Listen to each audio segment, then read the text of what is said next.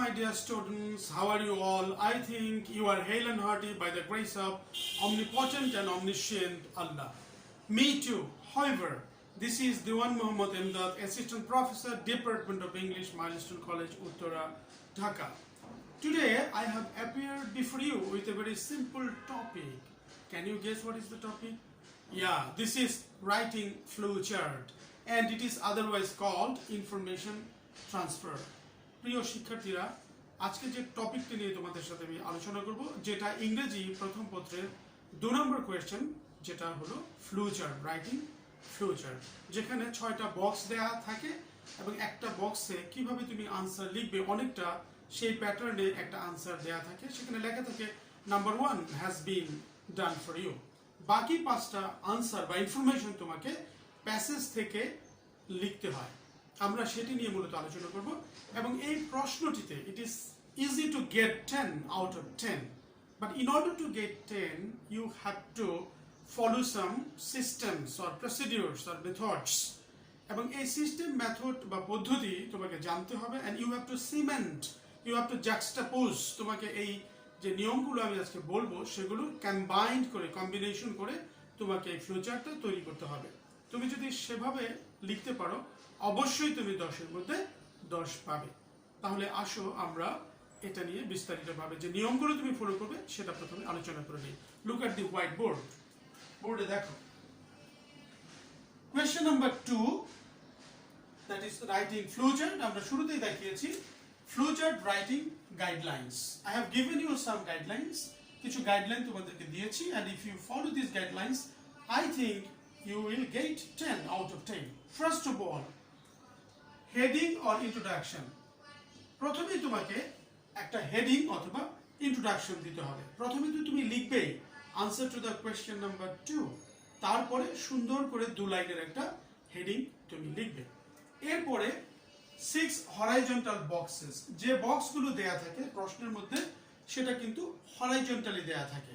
তুমি সেটা তোমার খাতার মধ্যে, দ্যাট ইজ এক্সামস যে স্ক্রিপ্টসটা, সেখানে হরাইজন্টালি লিখতে পারো, অথবা তুমি ভার্টিক্যাল অর্থাৎ যেটাকে আমরা টপ আপ, যেটা উপরে নিচেও লিখতে পারো। আমরা দুটো সিস্টেমই এখানে দেখিয়েছি।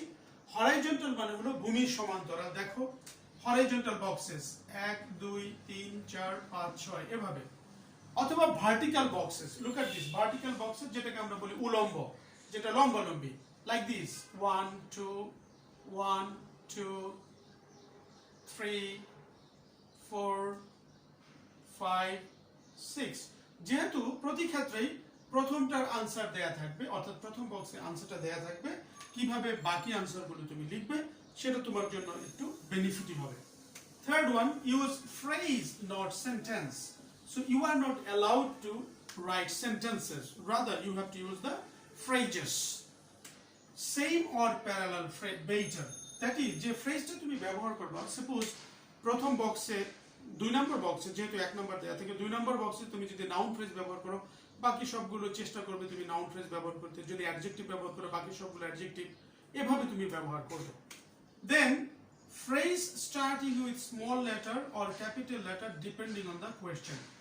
এখন মনে করো যে বক্সের মধ্যে যে ইনফরমেশনটা দেয়া আছে তার প্রথম যে ওয়ার্ডটা দেয়া আছে, তার সেই ওয়ার্ডের প্রথম লেটারটা ক্যাপিটাল দেয়া আছে। তো তোমার জন্য সুবিধা হলো বাকি 5টা বক্সে যে আনসারগুলো তুমি লিখবে সেখানে তুমি প্রথম ওয়ার্ডের প্রথম অ্যালফাবেট, যদিও প্রশ্নের মধ্যে ক্যাপিটাল দেয়া থাকে তুমিও ক্যাপিটাল লিখবে। এখন মনে করো if it is small letter, যদি প্রশ্নের মধ্যে প্রথম ওয়ার্ডের প্রথম অ্যালফাবেট স্মল লেটারে থাকে, তুমি বাকি 5টা অর্থাৎ 2 থেকে 6 পর্যন্ত স্মল লেটারে লেখার চেষ্টা করবে। এরপরে নাম্বার 6 এ আসো, phrase ending with no full stop. তুমি যে 2 নম্বর বক্সে, 3 নম্বর বক্সে, 4 নম্বর বক্সে যে ইনফরমেশনগুলো তুমি দিচ্ছ, ইনফরমেশনগুলো ট্রান্সফার করছো, ট্রান্সফার শেষ করার পরে তুমি কোনো ফুল স্টপ ব্যবহার করতে পারবে না। দেন আমরা যেটা বলেছিলাম যে ইউজ ফ্রেজ নট সেন্টেন্স, তাহলে কোন ফ্রেজগুলো তোমার জন্য বেটার হবে? আমরা সাধারণত প্রেফারেবল ফ্রেজেস বলেছি, নাউন ফ্রেজেস, অ্যাডজেক্টিভ ফ্রেজ ব্যবহার করতে পারো, পার্টিসিপল ব্যবহার করতে পারো, জিরান্ড ব্যবহার করতে পারো, অথবা ইনফিনিটিভ ফ্রেজ ব্যবহার করতে পারো। পার্টিসিপলের দিকে আবার খেয়াল রাখতে হবে। পার্টিসিপল হলো 3 প্রকার, প্রেজেন্ট পার্টিসিপল, পাস্ট পার্টিসিপল এবং পারফেক্ট পার্টিসিপল।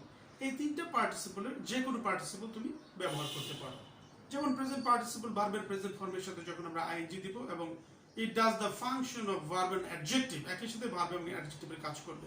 পাস্ট পার্টিসিপল দিতে পারো, অর্থাৎ ভার্বের পাস্ট পার্টিসিপল ফর্ম, এরপরে তুমি perfect participle that is having plus ভার্বের পাস্ট পার্টিসিপল ফর্ম, অর্থাৎ তুমি যে কোনো একটা ফরম্যাটে বাকি আনসারগুলো লেখার চেষ্টা করবে প্রিয় শিক্ষার্থীবৃন্দ। এরপরে তুমি যদি জিরান্ড ব্যবহার করো 2 নম্বরগুলোতে, বাকি সবগুলোতে তুমি জিরান্ড ব্যবহার করবে, অর্থাৎ ভার্ব প্লাস আইএনজি। এবং জিরান্ড কিন্তু ভার্বাল নাউন, কারণ এটা একই সাথে ভার্ব এবং নাউনের কাজ করে। অন্যদিকে পার্টিসিপল কিন্তু ভার্বাল অ্যাডজেক্টিভ, কারণ এটা একই সাথে ভার্ব এবং অ্যাডজেক্টিভের কাজ করে। প্রিয় শিক্ষার্থীবৃন্দু, এরপরে দেখো যেটা সবচেয়ে গুরুত্বপূর্ণ, সেটা হলো arrow mark is a must. অর্থাৎ এই যে অ্যারো মার্কগুলো আছে 1 থেকে 2 বক্সে যখন আমরা গেলাম, তখন মাঝখানে দেখো প্রত্যেকটার মাঝখানে একটা করে অ্যারো মার্ক আছে। আমরা যখন এটা হরাইজন্টালি করেছিলাম তখন অ্যারো মার্ক দিয়েছি, আমরা যখন ভার্টিক্যাল করেছি তখনও কিন্তু অ্যারো মার্কগুলো ছিল। এখন মনে করো কোনো একটা জায়গায় তুমি ভুলে গেলা অ্যারো মার্ক দিতে, কিন্তু বাকি আনসারগুলো সব ঠিক আছে। মনে করো তুমি 3 নম্বরের পরে অ্যারো মার্ক দিতে ভুলে গেছো, 3 থেকে 4 গিয়েছো, তখন হবে কি তোমার 2 এবং 3 এর জন্য শুধু নাম্বার দেওয়া হবে, বাকি 4, 5, 6 এর জন্য কোনো নাম্বার দেওয়া হবে না, কারণ তুমি ফ্লোটা মিস করেছো।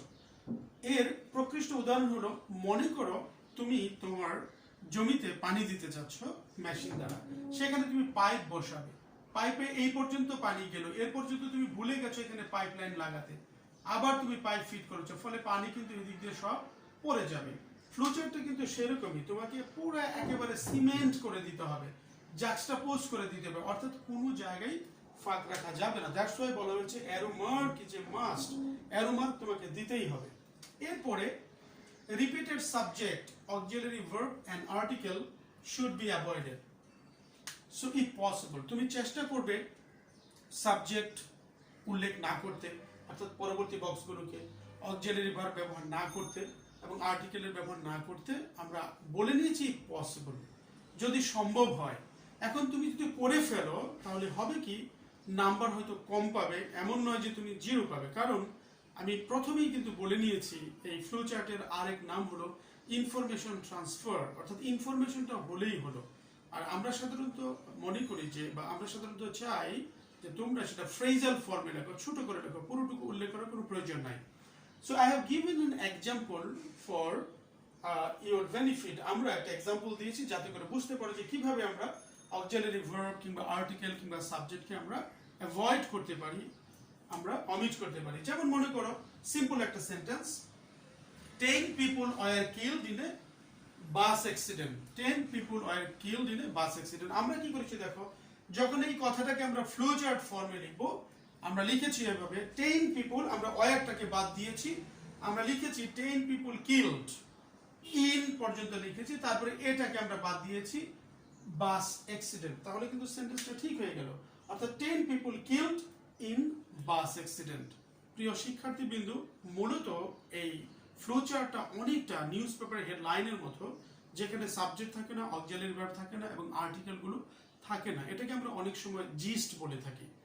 প্রিয় শিক্ষার্থীবৃন্দু, আমি পরবর্তী স্লটে আমরা একটা প্র্যাকটিক্যাল এক্সাম্পল করে দেখাবো এবং যে সমস্ত নিয়ম তোমাদের বললাম সেগুলো আমি জেক্সটাপোজ বা সিমেন্ট করে আমি দেখাবো যে কিভাবে একটা স্ট্যান্ডার্ড ফ্লো চার্টের আনসার তুমি লিখবে পরীক্ষার খাতায় এবং 10-এর মধ্যে তুমি 10 পাবে। সে পর্যন্ত আমার সাথেই থাকো এবং ভালো থাকো।